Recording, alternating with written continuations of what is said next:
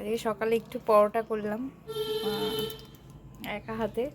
Phone ধরবো না কি করব বুঝতে পারছি না, দেখাতে পাচ্ছি না ঠিক মতন আপনাদের। একটু পরোটা বানাচ্ছি সকালের খাবার, আর চানা মশলা বানিয়েছি। 3টে বানিয়েছিলাম, একটা যাকে দিয়ে পাঠিয়েছি, ছেলেকে নিয়ে স্কুল গেছে, একটা পাঠিয়ে দিয়েছি, আর একটা এখন আমার জন্য আর আমার শাশুড়ির জন্য বানাচ্ছি। যেহেতু 3জনেই থাকি বাড়িতে আপাতত, সকালের দিকটা আর কেউ থাকে না, সবাই সবার কাজে ব্যস্ততা।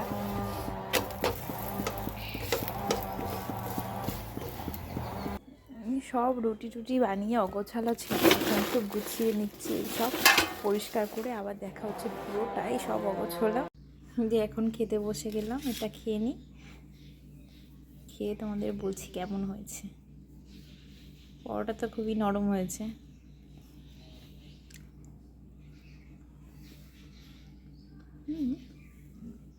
ভালো হয়েছে। এগুলো পনির দিয়েছিলাম, পনিরটা ভাজিনি, কাঁচা কাঁচা দিয়েছিলাম। ঠিক আছে, এখন দুপুরে রান্না একটা সবজির তরকারি হচ্ছে, আর মাংস হবে। রেখেছি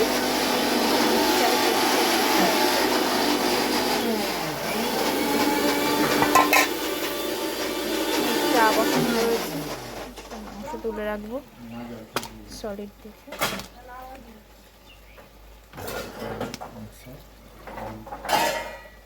হয়ে গেছে মিক্সচার।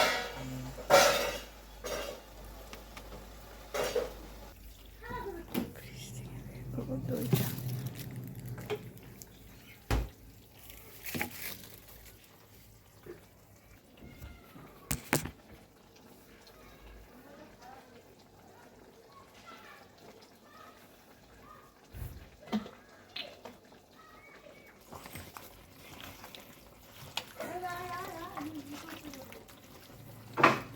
দইটা বরফ হয়ে রয়েছে।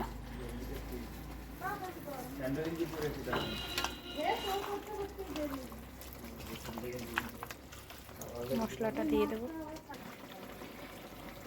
কাঁচা লঙ্কা দিয়ে রান্না করবো, যেহেতু শুকনো লঙ্কাটা দেবো না, আমার শ্বশুর পছন্দ করে না খুব একটা শুকনো লঙ্কাটা দেওয়া। আর তারপরে বাবু খাবে, যেহেতু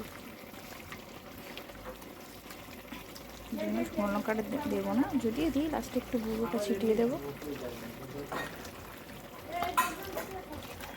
ঠিক আছে, পরে আবার দেখাচ্ছি কি কি করছি।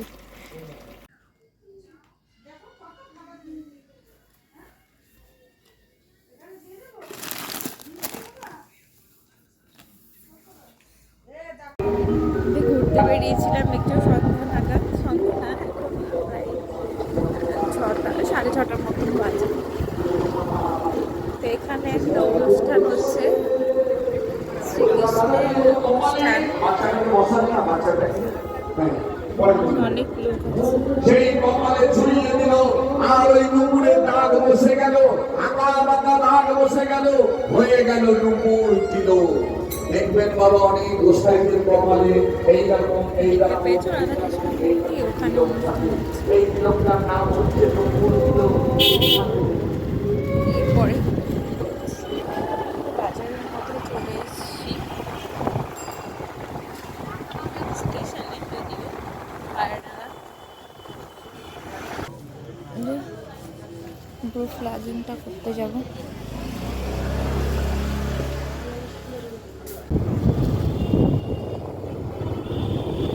চলে আসলাম রানাঘাটের দিকে ঘুরতে ঘুরতে।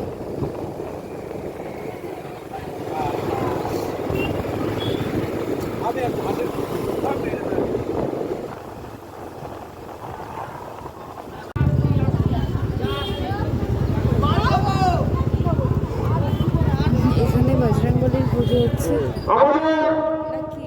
হ্যাঁ, ওই তো বজরংবলীর পুজো, সামনে মন্দির।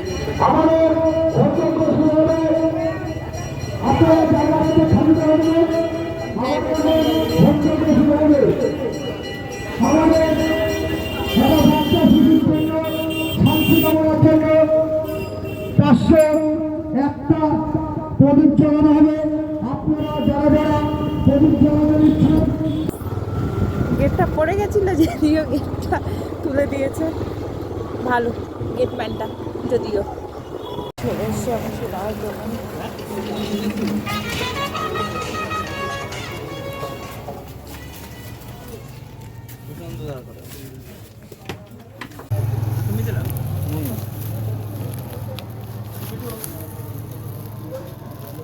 বাবুর জন্য খাবার নিলাম। বাড়িতে চলে এসেছি এখন আমরা।